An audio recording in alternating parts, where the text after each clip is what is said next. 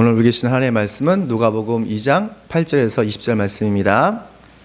말씀의 제목은 세상에 태어난 메시아 아기 예수라는 제목으로 하나님 말씀 선포하겠습니다. 2000년 전에 나사렛 작은 동네에 젊은 요셉과 마리아가 살고 있었습니다. 결혼하기 전에 마리아는 성령으로 임신하게 됐습니다. 요셉은 약혼녀가 임신한 것을 알고 조용히 파혼을 하려고 했어요. 그렇지만 주님의 천사가 밤에 나타나서 그 태중에 있는 아기는 성령으로 임신한 것이다 라고 말씀합니다. 사실 그 말씀 들었을 때 요셉은 그래도 아무리 천사가 와서 자기에게 말했지만 의심이 됐겠죠. 그자 주님의 천사가 아주 친절하게 말씀을 가지고 그를 설득시킵니다. 마태복음 1장 23절 말씀 보면 보아라 동정녀가 잉태하여 아들을 낳을 것이니 그의 이름을 임마누엘이라 할 것이다 라는 말씀을 해주셨어요. 이 말씀을 아주 주님의 천사를 통해서 들었을 때 요셉은 그래도 믿음이 있고 이로운 사람이기 때문에 임신되어진 마리아를 자기 아내로 맞이하게 됩니다. 그리고 임신 후 10개월이 지났어요. 그 어느 날 로마 황제 아우구스투누스, 여러분 세계사에서 보면 옥타비아누스라는 사람이 있습니다. 로마 황제인데 옥타비아누스가 모든 나라의 식민지에 호적 등록을 하라고 명령을 했어요. 왜 호적 등록을 시키냐면 많은 세금과 또한 많은 인력을 공급받기 위해서 그랬습니다. 그래서 이스라엘에 살고 있었던 요셉도 마리아도 호적 등록을 위해서 자기 동네에 가게 됩니다. 사실 요셉의 마을은 베들레헴이었어요. 앞에 지도를 보시면 요셉이 살았던 곳은 나사렛이지만 사실은 그가 태어난 곳은 베들레헴입니다. 베들레헴은 빵집이라는 뜻이란 거 아시죠? 생명의 빵으로 오신 예수님이라는 것을 알고 있습니다. 그래서 어쩔 수 없이 만세기 된 마리아와 함께 그 밑으로 베들레헴으로 오게 된 거예요. 베들레헴 동네에 왔더니 빈 방이 하나도 없었어요. 왜냐하면 그때 호적 등록을 하기 위해서 많은 사람들이 왔었기 때문이죠. 아기 예수님은 그래서 마구간에서 태어나게 됩니다. 누가복음 2장 7절 말씀 보니까 마리아가 첫 아들 낳아서 포대기에 싸서 구유에 눕혀 두었다. 여관에는 그들이 들어갈 방이 없었기 때문이다 라고 말하고 있어요. 성자 하나님이 사람으로 태어나신 역사적인 순간입니다. 지금은 창조하신 하나님이 피조물 된 순간이죠. 신비롭죠. 이건 어떻게 말로 표현할 수가 없어요. 그런데 아기 예수가 태어난 곳은 호화로운 궁전이 아니었어요. 안락한 가정집이 아니라 어디였죠? 말과 당나귀가 사는 그냥 마구간이었어요. 아마도 차가운 바람이 몰아쳤을 것 같아요.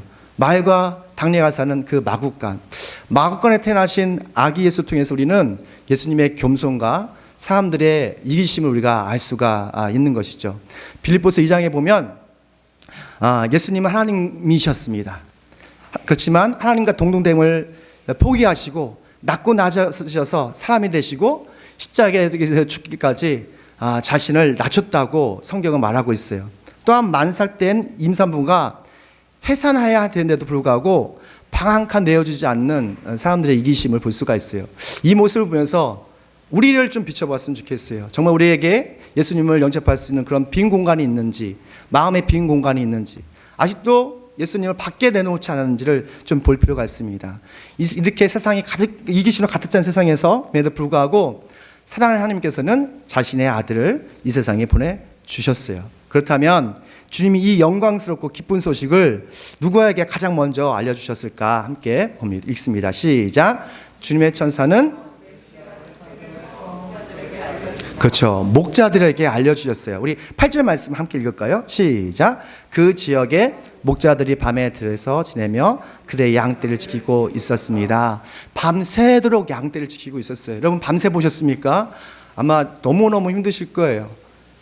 밤샌다는 것은 밤새도록 일한다는 것은 지치고 힘든 일입니다. 지금 밖에서 추운 겨울날에 그 양떼를 지금 돌보고 있었다는 거예요. 그래서 주님의 천사는 밤에 양떼를 돌보는 사람에게 찬란한 영광으로 비칩니다. 그 찬란한 영광을 보고 많은 목자들이 놀랐어요. 두려워했어요. 그러자 천사가 말합니다. 두려워하지 말라. 온 세상에 기뻐할 가장 기쁜 소식을 너에게 전하러 왔어. 두려워하지 마. 놀라지 마. 라고 말해줬어요. 사실 천사의 그 찬란한 영광은 아기 예수님이 태어나신 그 영광과 비교할 수 없죠. 왜냐면 천사는 하나님께서 부리는 종이기 때문에 그래요. 근데 왜 천사는 그 많은 사람들 중에 그 시간에 목자들에게 나타나셨을까? 좀 부유한 집안에 있는 사람들 갈 수도 있고 조금 형편이 좋은 사람들 갈 수 있을 텐데 왜 밤새도록 양을 치는 목자들에게 갔을까? 그것은 누구보다도 그 밤에 수고하고 애쓰고 힘쓰는 그 목자들을 사랑하셨기 때문에 그래요. 저도 두 아이를 낳았는데 우리 아이를 딱 낳는 순간 가장 전하고 싶은 사람들이 있더라고요. 뭐냐면 나를 정말 사랑하는 분들, 나를 귀하게 여긴 분들, 우리 가족이잖아요. 가족들에게 전화해 줬던 것을 기억이 나요. 그러니까 가장 기쁜 소식은 나를 정말 사랑하는 사람, 나를 정말 소중하게 여기는 사람들에게 가장 먼저 알리게 되었어요. 하나님께서 가장 기쁜 소식을 지금 누구에게 알려주셨어요? 바로 목자들에게, 힘들고 지쳐있는 그 사람들에게 찾아가신 거예요. 우리 하나님은 사람을 차별하지 않으십니다. 차별하지 않는 하나님은 권력 있는 사람들이 아니라 밤새도록 자신의 맡겨진 일을 성실하게 일하는 사람들에게 찾아가셨던 거예요. 그래서 아기 예수님의 탄생은 삶의 무거운 짐진 사람들, 힘겹게 사는 사람들에게 큰 용기가 되어주는 거예요. 구원의 기쁨이 되는 거예요. 그리고 구원의 소망이 되는 것이죠. 목자들은 주님의 천사가 직접 계시로 알려줬잖아요. 천사가 직접 나타났죠. 그래서 직접 알려줬어요. 그런데 천사가 직접 알려주지 않았지만 평생 메시아를 갈망하는 대망하는 사람들이 있었습니다. 그 사람들은 예루살렘에 살지 않았어요. 이스라엘에 살지 않았어요. 저 멀리 동방에 살았어요. 여러분 성경에 보면 동방박사가 나옵니다. 동방박사. 사실 메시아가 구원자가 태어나실 것에 대해서는 미리 다 알고 있었어요. 율법학자들은 태어날 장소까지 알았어요. 그곳은 어디입니까? 베들레헴이었어요. 미가 예언자를 통해서 베들레헴에서 메시아가 구원자가 하나님이 태어날 것이다 라는 말씀하셨어요. 이건 대부분의 율법학자나 좀 글귀를 읽는 사람들은 다 알고 있었어요. 그러나 누구도 그 메시아를 본 사람 그렇게 많지가 않아요. 저 동방에서 저 아시리아 또는 바벨론에서 동방의 박사들이 왔던 거예요. 뭘 보고? 별을 보고. 이 사람들은 누구가 알려준 게 아니에요. 아마도 다니엘의 후손들이었던 것 같아요. 다니엘은 믿음의 사람이었고 또한 주님께서 곧 오신다는 그런 강한 믿음이 있었고 환상을 봤던 사람이거든요. 그래서 다니엘은 내가 죽은 후에 주님의 때에 주님의 시간에 하나님께서 메시아께서 오실 거라라는 것을 알려주었습니다. 그 말씀을 마음에 품고 평생 살았던 많은 점성술가들, 어떻게 보면 지금 말하면 과학자들, 사이언티스트들이 동방박사들이 왔던 거예요. 마태복음 2장 11절 말씀 보니까 그들은 그 집에 들어가서 아기가 그의 어머니 마리아와 함께 있는 것을 보고 엎드려 그에게 경배하였다. 그리고 그들의 보물상자를 열어서 아기에게 황금과 유황과 모약을 예물로 드렸다라고 말합니다. 그러니까 예수님께서 지금 마국간에서 그 구유에 포대기로 둘둘둘둘 말려 있는 거예요. 근데 그 보는 순간 그 학식이 있고 나름 명예가 있고 힘이 있던 동방박사들이 동방박사 4명이라나요? 4명이 아니라 3명이 아닐 수 있어요. 더 많을 수 있어요. 그 많은 사람들이 사절단들이 무릎을 확 꿇으면서 뭘 드렸어요? 황금을 드렸어요. 유황을 드렸어요. 모략을 드렸어요. 예수님이 어떤 분이신지를 그들은 알았다는 거예요. 그리고 이걸 드리면서 거기에서 90도 인사가 아닙니다. 무릎을 꿇고 경배했던 거예요. 아니 그 포대기에 감싸있는 예수가, 아기 예수가 도대체 어떤 분이시기에 그 동방박사들이 자신의 체면과 모든 걸 다 내려놓고 가장 귀한 선물을 드리면서 무릎을 꿇으면서 그에게 경배했을까? 누가복음 2장 11절에서 답이 나오고 있어요. 우리 11절만 함께 했습니다. 시작. 오늘 다윗 성내에서 나는 곧 그리스도 주시. 아멘. 여기서 너무너무 중요한 세 말씀이 나옵니다. 첫째는 뭐냐면 구원자예요. Savior. 또 뭐가 나오죠? 두 번째 말씀 그리스도란 말이 나와요. 그 포대기에 쌓이는 그 아기가 그리스도라는 거예요. 하나님이시라는 거예요. 세 번째는 로드, 주님이시다. 주가 나셨다. 맞죠? 너희가 구주가 나셨으니 그는 곧 그리스도 주님이시다. 이렇게 말씀하고 있어요. 아기 예수는 어떻게 보면 연약한 아기처럼 보이지만 그런 연약한 아이가 아니었어요. 그분은 여러분의 구원자였습니다. 그러면 그렇게 구약에서 갈망했던 메시아였어요. 하나님이셨어요. 그리고 우리 인생의 주인, 로드, 주님이셨다는 거예요. 여러분 믿으십니까? 여러분 이런 믿음이 있을 때에 우리는 그분 앞에서 무릎 꿇을 수가 있는 거예요. 그래서 천사들이, 천군 천사들이 오케스트라처럼 아름다운 찬양과 경배를 드리는 걸 보게 됩니다. 우리 두 번째 하겠습니다. 시작. 주님의 천사들은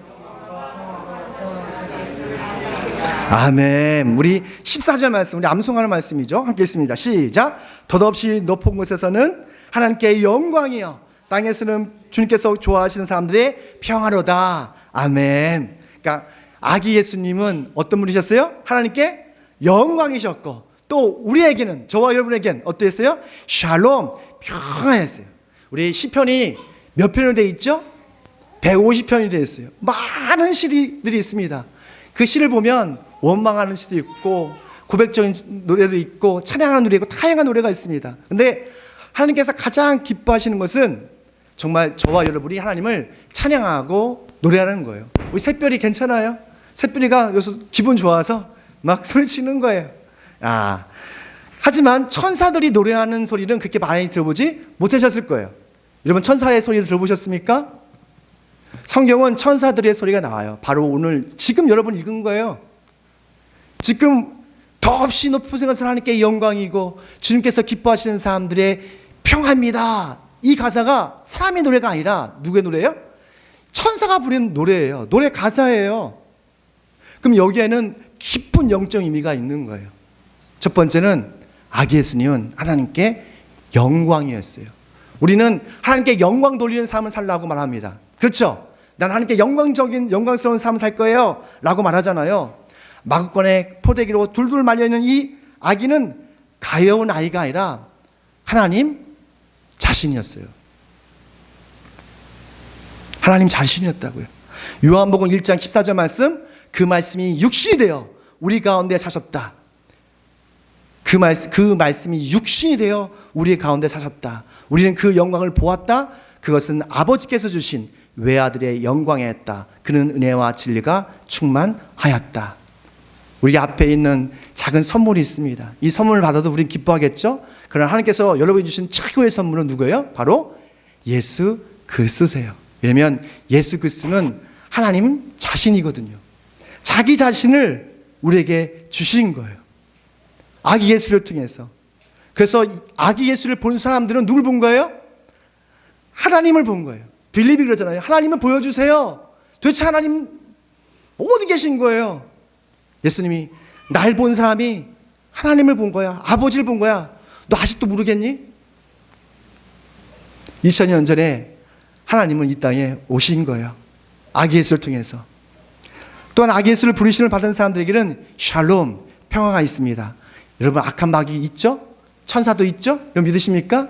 여러분 우리가 믿든 안 믿든 악한 마귀도 있고 천사도 있어요. 근데 악한 마귀는 우리가 죄를 질 때에 이 죄를 틈타고 우리 안에 들어와서 서로 싸우게 해요. 서로 미워하게 해요. 서로 시기 질투하게 해요. 심지어는 사람을 죽이게 하게 해요. 욕망을 들끓게 해요. 악한 마귀 하는 게 바로 그거예요. 우리 마음에 서로 자꾸 미워하는 마음이 생기고 시기하는 마음이 생기면 뭐가 있는 거예요? 악한 마귀가 있는 거예요. 악한 마귀 새끼가 있는 거예요. 그 죄 때문에 하나님과 사람의 관계가 완전히 박살났어요. 이 죄를 회복할 수 있는 것은 인간이 할 수가 없어요. 오직 하나님 그분이만 하실 수 있던 거예요. 그래서 예수님께서 십자가 나무의 죽으심을 통해서 하나님과 사람의 관계를 다시 회복시켜 주시는 거예요. 이것이 바로 샬롬, 평화인 겁니다. 요한복음 14장 27절 말씀, 나는 평화를 너에게 준다. 나는 평화를 너에게 준다. 내가 너에게 주는 평화는 세상이 주는 것과 같지 않다. 너희는 마음에 근심하지도 말고 두려워하지도 말라. 여러분 근심하는 마음, 걱정하는 마음, 이것은 하나님께서 주신 마음이 아니에요. 악한 마음이 주신 거예요. 세상이 알 수도 없고 세상이 줄 수도 없는 예수님의 샬롬, 평안을 모든 사람들이 받는 거예요? 절대 그렇지 않습니다. 부르심을 받은 사람들, 그 말씀에 순종하는 사람들이 하나님께 주신 그 평안을 누릴 수 있는 거예요. 이 평안은 하나님의 자녀가 되는 평화이고 세상에서 고난을 이겨내는 그런 평화입니다. 함께 마지막 있습니다. 시작. 주님의 계시를, 아멘.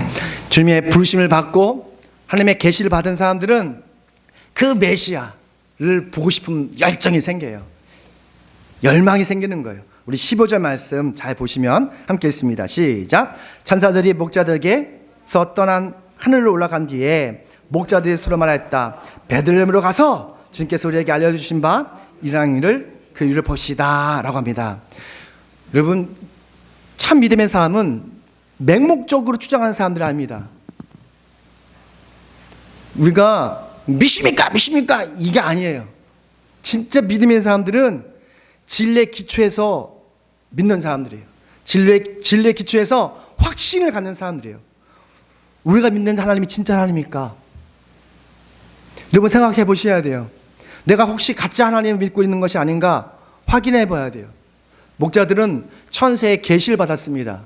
그리고 그 계시를 받고 끝난 게 아니라 정말 그 하나님의 계시가 진짜인가를 확인하러 가요. 여기 말씀이니까 주님께서 우리에게 알려주신 대로, 이게 되게 중요한 말씀이에요. 주님께서 우리에게 알려주신 대로 우리 한번 가보자 하는 거예요. 우리 여기 오신 분들은 다 하나님의 계시와 하나님의 부르심을 통해서 교회에 나오셨어요. 그러나 하나님의 계시와 하나님의 부르심으로 온 것보다 더 중요한 것은 예수님을 만나셔야 되는 거예요. 아기 예수를 봐야 돼요. 체험하셔야 돼요. 그게 더 중요한 거예요. 아무리 하나님의 큰 계시를 받아도 우리의 믿음에 순종하지 않으면 메시아를 볼 수가 없어요. 하나님의 계시를 보는 것보다 더 중요한 것은 계시의 완성자이신 예수님을 만나는 겁니다. 하나님께서는 아기 예수를 통해서 우리에게 자신을 계시해 주셨습니다. 알려주셨습니다. 다양한 방식으로 알려주세요. 예언자를 통해서 수백 년 동안, 천사를 통해서, 그리고 목회자를 통해서, 그리고 마지막으로 종말할 때에 자신의 아들 예수 그리스도를 통해서 자신을 우리에게 알려주신 거예요. 목자들이 주님의 계시를 보고 그들의 마음에 열정이 생겼습니다. 여러분, 우리 마음속에 열정이 생기면 진흙 같은 밤이라도 횃불 들고 예수님을 만나려고 달려가는 거예요. 여기 오늘 오신 분들은 그런 마음이었던 것 같아요. 예수님을 만나기 위해서, 우리의 메시아를 만나기 위해서 정말 캄캄한 밤이지만 횃불이 없으면 잘못하면 그 사막에서는 한번 굴르면 죽을 수도 있잖아요. 그런 열망 가지고, 열정 가지고 오셨던 거예요. 그렇지 않습니까? 근데 여기 오는 것도 중요하지만 더 중요한 것은 예수님을 만나셔야 돼요. 16절 말씀, 그리고 그들은 급히 달려가서, 여기 말하니까 급히 달려가서, 지금 한밤중이거든요. 한밤중. 제가 이스라엘에 가봤지만 그곳에는 정말로 그 사막이 되게 위험한 게 뭐냐면 한번 미끄러지면 절벽으로 떨어질 수가 있어요. 그래서 밤에 여관에서 달리지 않습니다. 그리고 별이 얼마나 찬란한지 몰라요. 여튼 햇불 들고 갔다는 것은, 급히 달려갔다는 것은 정말 목숨을 걸고 열정을 다해서 그 메시아를 보기 위해 간 거예요. 마리아와 요셉의 구유에 누워있는 아기를 찾아냈다는 거예요. 그러면 현대 우리 사는 저와 여러분은 어떻게 예수님을 만날 수가 있습니까? 이런 질문을 할 수가 있어요. 그것은 우리 자신을 드리는 예배를 통해서 예수님을 만날 수가 있는 거예요. 예배는 단순히 성경 공부가 아니에요. 단순히 성경 공부가 아닙니다. 예배는 찬양만 하는 게 아니에요. 예배는 말씀만 듣는 게 아니에요. 어떤 사람들은 성경 공부했으니까 나는 예배 드렸다고 해요. 난 설교 한 편 들었으니까, 유튜브로 들었으니까 나 예배 드렸다 라고 착각하고 있어요. 그거는 예배의 한 요소지 예배가 아니에요. 하나님께서 기뻐하시는 참 예배는 내 자신을 산제물로 드리는 거예요. 로마서 12장 1절 말씀에 그렇게 말씀하고 있어요. 여러분은 하나님이 기뻐하시는 산제물로 드리십시오. 이것이 여러분이 드려야 할 합당한 예배입니다. 참 예배는 우리 자신을 드리는 예배가 참 예배예요. 그래서 이 예배는 회개가 있어야 돼요. 누군의 회개가 있어야 됩니다. 그리고 하나님을 찬양하는 찬양이 있어야 돼요. 그리고 하나님의 음성을 듣는 말씀이 있어야 돼요. 그리고 헌신이 있어야 되고, 그리고 나아가서 봉사가 있어야 돼요. 이 모든 것들이 어우러질 때 우리는 이것을 예배, 서비스, 월십이라고 하는 거예요. 어떤 사람들은 그냥 유튜브에서 딱 3분짜리, 5분짜리 딱 설교 듣고 예배 드렸다 하는데 그것은 예배가 아니에요. 설교 말씀 듣는 것뿐이에요. 참 예배는 내 자신을 하나님께 드리는 거예요. 동방 박사들도 자신을 황과 유황과 모략을 주님께 다 가장 귀한 것을 드렸어요. 우리가 믿음의 눈으로 보면 우리 모두 목자들처럼 부르심을 받았습니다. 그 부르심으로 예수님의 그 자리, 마군까지까지 잘 달려온 거예요. 이제는 우리가 동방마사처럼 우리가 가장 소중한 것들, 황금, 모략, 유향을 주님께 드릴 때예요. 우리에게 자신의 전부를 내어주신 하나님처럼 우리의 일부가 아니라 우리의 전부를 주님께 드릴 수 있는 저와 여러분 되시길 축원합니다. 기도하겠습니다.